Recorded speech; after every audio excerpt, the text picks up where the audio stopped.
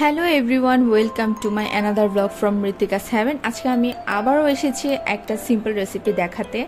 আমরা সবাই মোটামুটি সর্ষে ইলিশটা খেয়ে থাকি, বা সর্ষে ইলিশ রেসিপিটা আমাদের সবার কাছে অনেক বেশি ফেমাস, বা বলতে পারেন আমরা বেশিরভাগ সময় সর্ষের সাথে ইলিশটাকেই যায় বলে ভেবে থাকি। কিন্তু কখনো কি কাতলা মাছ দিয়ে সর্ষে ট্রাই করেছেন? ট্রেডিশনালি রেসিপিটা আসলেই খেতে খুব মজা এবং খুব সিম্পল একটা রেসিপি। মাত্র 3 ইনগ্রিডিয়েন্টস এখানে ইউজ করেছি আমি। তো প্রথমে যা করেছি, এখানে প্যানের মধ্যে আমি তেল দিয়ে নিয়েছি। তেলটা গরম হয়ে যাচ্ছে, খুব ভালো করে গরম হওয়ার পর আমি এখানে মাছটাকে ভেজে নেব। এখানে আমি হলুদ, মরিচ আর লবণ দিয়ে মাছটাকে আগে থেকে মাখিয়ে রেখেছিলাম। তারপর আমি মাছগুলোকে ভেজে নিচ্ছি।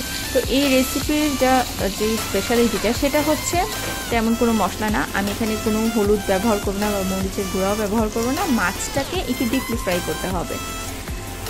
দেন হচ্ছে আমি এটার মধ্যে যা ইউজ করেছি সেটা আমি দেখাতে যাচ্ছি। তার আগে পর্যন্ত মাছটাকে আমি ডিপলি ফ্রাই করে নিচ্ছি।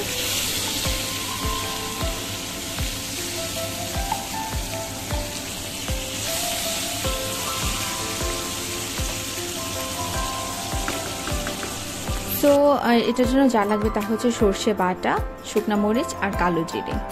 আমি সর্ষে বাটাটা গ্রাইন্ডারে করে নিয়েছি, আর এখানে আছে কালো জিরে আর শুকনো মরিচ। তো মাছগুলো আমার মোটামুটি ভালো করে ভাজা হয়ে গিয়েছে, আর 2 থেকে 3 মিনিট আমি এটাকে ভাজবো। তারপর মাছগুলোকে আমি তেল থেকে তুলে নেব। এখানে প্যানের মধ্যে আমি ওই একই তেলে কালো জিরে আর শুকনো মরিচটা দিয়ে নিলাম ফোড়ন হিসেবে। মোটামুটি ভালো করে একটু ভাজা হয়ে আসার পর যে স্মেলটা বের হবে, মানে শুকনো মরিচ আর কালো জিরে যে স্মেলটা বের হবে, সেটা বের হয়ে আসার পর আমি যে পাত্রতে মাছগুলো মাখিয়ে রেখেছিলাম মশলা, সেই পাত্রটা ধুয়ে আমি ঝোল হিসাবে বাকি পানিটা দিয়ে দেবো।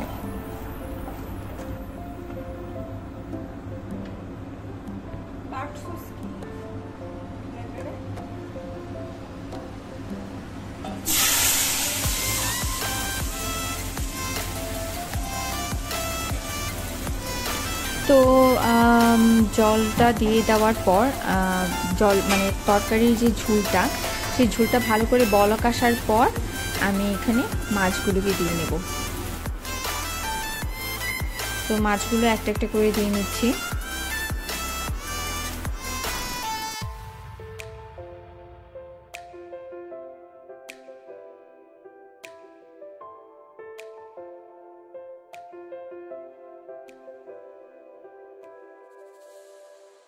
মোটামুটি ভালো করে মাছগুলো সিদ্ধ হয়ে আসার পর এপিট ওপিট করে উল্টে দেবেন। সিদ্ধ হয়ে আসার পর নামানোর 2 থেকে 3 মিনিট আগে সর্ষে বাটাটা আমি দিয়ে নিচ্ছি।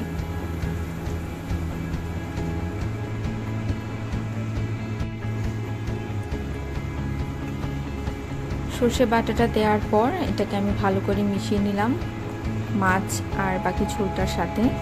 তারপর 2 থেকে 3 মিনিট ফুটাবো, সর্ষের যে কাঁচা ফ্লেভারটা আছে সেই ফ্লেভারটা যাওয়া পর্যন্ত। তারপর আমার রেসিপিটা হয়ে গেল।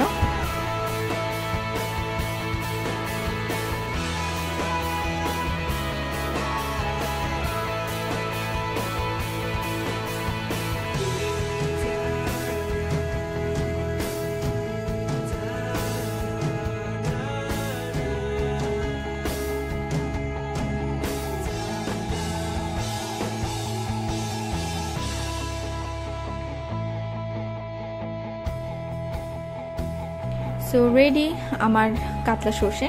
এখন এটা আমি সার্ভ করে নেব। সত্যি খুব ভালো স্মেল বেরিয়েছে, খুবই ভালো হয়েছিল খেতে। আপনারা সিম্পলি ট্রাই করবেন। হয়তো বা ভাবছেন যে এত কম স্পাইসের মধ্যে কিভাবে ভালো হবে কিনা বা কি, কিন্তু সত্যি খুব ভালো হয়েছিল। আপনারা ট্রাই করে দেখবেন।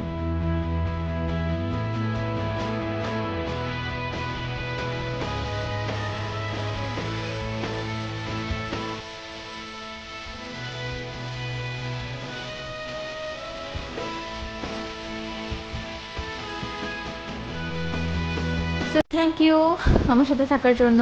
আমার পরবর্তী ব্লগ দেখার জন্য আপনাদের অবশ্যই আমন্ত্রণ রইল। কমেন্ট বক্সে অবভিয়াসলি জানাবেন যে রেসিপিটা কেমন হয়েছে ট্রাই করে। So till then, tata.